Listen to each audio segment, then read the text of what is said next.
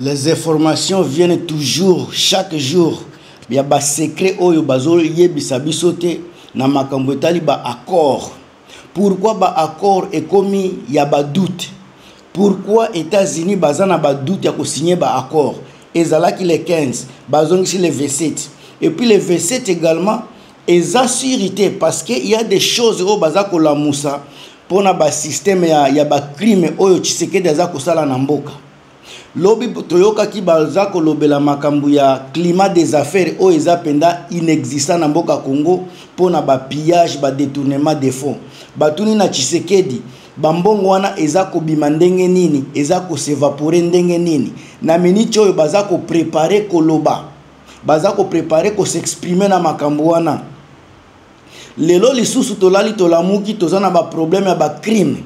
Criminalité oyo eza koleka osea gouvernement ya Tshisekedi batali batu bakufaki na présidence na awakaka na tanga Tshisekedi batu bakufaki na présidence soit disant ba poison tozotala lelo banani ba colonel ebele baza interpellé ebele baza kokufa na ba prison tozana eloko moko boye baza kotuna pe pourquoi motif nini etindi lelo M23 bazala capable kozwa minduki contre république na bango moko Tshisekedi aza capable ko répondre makambo wana mais oyo toza koyoka bandeko botiana no ba commentaire na bino botia ba j'aime bo partager vidéo bo bosa na pété ko s'abonner.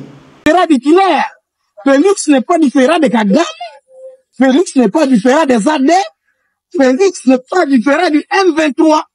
Comment comprendre que tout est président peut envoyer sa force spéciale au lieu d'aller protéger sa population, mais plutôt de tuer dessus?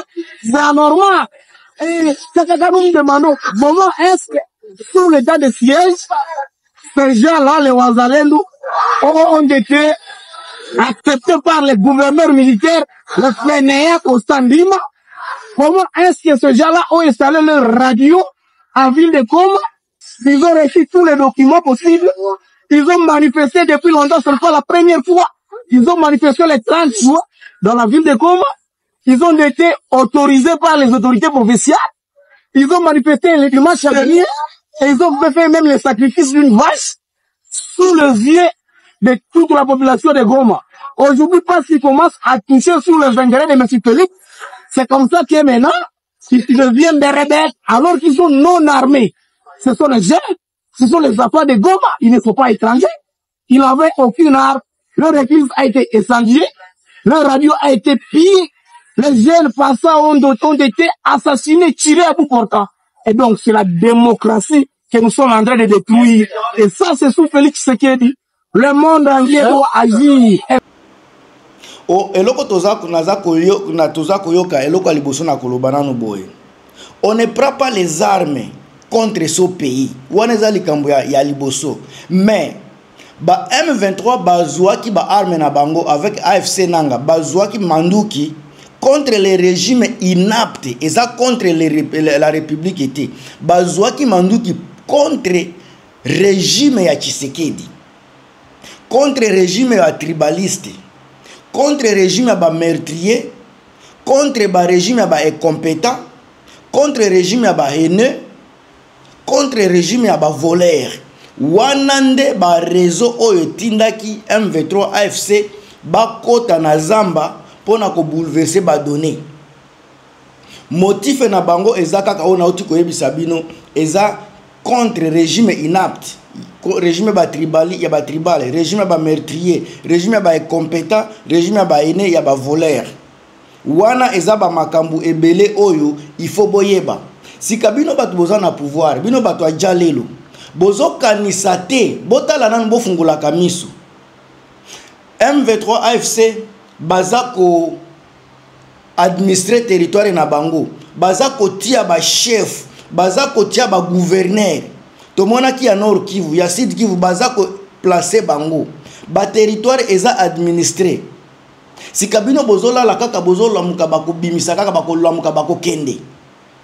Wana il faut ezala rêve ya baba. Ndoto benga kapena ndoto ya baba yango batu ya Tshisekedi bazako sala.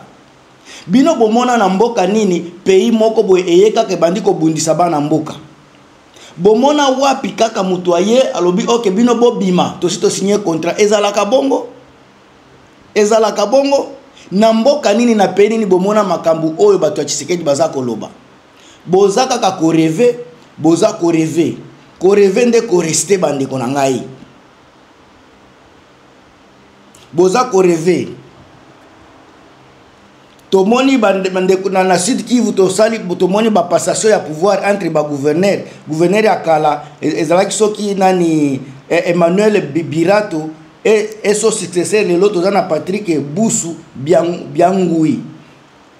Tomoni ba passation ya pouvoir sika malgré que bozolo baza ko signer ba accord baza ko sala boy na katia AFC M23 baza ko recruter ba militaire baza ko former ba militaire soki bango bayebi ke tangu na bango esili soki bamoni ke ngonga na bango penza esili pourquoi ba ko continuer ko sala ba formation pourquoi baza ko tia ba gouverneur à place bo fungola misu boyeba ke ba accord ya Tshisekedi etali M23 T wana eza selonga etali M23 T makambu wana.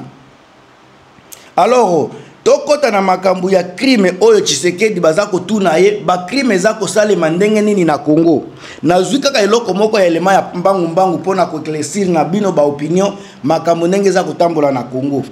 À part ba généraux ba Swahili oyo toza ko lobela oyo za ko créer neti division tribale oyo za ko créer neti haine envers les swahiliphones. Toza na crime awa tazotanga eloko eza na nini na Human Rights Watch na nini ya droit de l'homme universel. Droit de l'homme yango mutu baza kokoma ezanga ite balobi boy le crime de Tshisekedi baza koya na oyo kaka ya resawa le 14 janvier 2025. Janvier Kavunjo azalaki âgé de 65 ans a été froidement assassiné en Ngungu par la coalition gouvernementale. Ce crime fait partie de ceux qui suscitent l'intérêt de la part des droits de l'homme international et Amnesty whatever de la MONUSCO et des fameux experts de l'ONU. Boyoka makambo wana wana ezaka keloko moko naza koloba droit de l'homme balbanini droit de l'homme et Human Rights ya ONU bakomi kobimisela kobimisa ba documentation ya ba crime oyo Tshisekedi asali baza kolobela makambo ya nini ya prison ya ndolo ndenge batu baza kokufa kuna baza kotuna batu ya prison makala ndenge ezikaki batu baza kokufa kuna plus de 1300 prisonniers bakufaki ndenge nini baza kotuna Tshisekedi bino sika ba oboza batu ya Tshisekedi bo banda pe koluka mitife ya kokende ko défendre kuna parce que ba bozolinga ba signer ba contrat ko signer ba contrat wana e ko bénéficier na Congo te parce que Congo eza na kati ya makambu ebele ya mabe toza na kati ya ba détournement toza koni comme ba criminel na gouvernement Tshisekedi toza koni contre ba voleur sika tangu ba ko signer pona bino te ba oyo boza ba criminel ba ko signer te pona bino ba oyo boza ba détourneur de fonds ba ko signer pona batu misusu makambu oyo ezokene na avantage ya Rwanda. Soki bozalaki batu ya mayele nde boza ko regretter na minute oyo soki bozalaki batu ya solo bino batu ya Tshisekedi nde boza vraiment ko regretter pourquoi kokosaka batu pourquoi boza ko memela batu ba nouvelle ya lukuta ba information ya lukuta o eza mutuna makolote mais lelo ba vérité eza ko bima batu ba ko bénéficier na makambu oyo eza ba congolais te batu bazobini bako bénéficier na makambu oyo eza Rwanda tellement que français et comme nango pasi ko comprendre français pona biso ba congolais et comme la biso ngai zelana ebisa bino na français facile makambu oyo baza ko kende ko sala Tshisekedi alinga te bako soki komba guerre sili soki guerre sili alinga te na kati ya signature wana bako sala brassage bolinga te ekozala brassage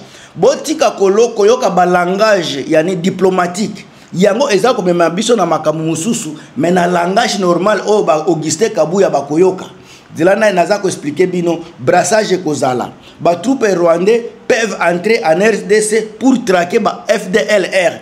Tant boza ko permettre ba troupe ya Rwanda ba kotaka na Congo ko lukisa ba FDLR. Et si kabino moko boyebi te sika baza ba ko fanda kuna pendant combien de temps ba kozala na pouvoir ya kotika la kuna parce que baza ko lukisa batu. Ete ya bino peuple rwandais peut s'installer librement sur le sol congolais. Donc tozo sangana déjà. Le Rwanda va bénéficier des ressources de la RDC. Wanande biloko baza koloba. Bande konangai boza ko sepela. Bo sepela. Réalité yango wana. Ata soki boye kokosa. Bande ko ona lobaki déjà nazomona baza ko koma ngona ko tshela bino capture oyo botala makambo za koleka na Congo pona makambo ya ba signature wana. Eko bénéficier congolais neloko ata moko te. Tango baza koloba ba réfugié ba kozonga na mboka na bango. Réfugié kombe baza na Congo, ba réfugié baza na interne, ba réfugié ebele baza na Rwanda, ba réfugié baza na Uganda. Est-ce que biso ba congolais toza na toyebi ko sala ressassement? Nanu biso ba congolais toza incapable ko sala ressassement entre biso. E bongo ba réfugié ba kendeki na Rwanda na Uganda. Tokoyeba nani nde Ugandais, nani nde Rwandais, nani nde Soudanais. Bokoyeba ndenge nini? Nani nde Somalien? Parce que ba kombo ekozala kombo moko. Kombo ya mutu ya Masisi na mutu ya Rwanda ezandenge moko. Sika pobo yeba étranger ekokomela bino pasi avec ba carte électeur obino bokabela batu. Bande konangai lelo Tshisekedi azana kati ya merde. Il a mélangé tout. Lelo makambo boza toko banda komona dans les jours à venir. Tshisekedi yemoko akomi diembika. Tshisekedi tamusa akomi boma. Makambo okomela ye kilo. Oyo komi makambo ona za koyebisa bino eza makambo ya solo eza lukutate. Mboka na biso ekomi ya danger. Tango bozomona ba ekompeta lokola batu oyo baza kotanga ba contraté. Pona bango baza kaka na souci balobaki basinyaki ba accord. Mais accord yango eza na avantage ya nani? Wana nde question munene. Ngana komi na sukeli wana bino bo bakisa kaka. To continuer na ba analyse na biso dans les bons et dits formes. À plus.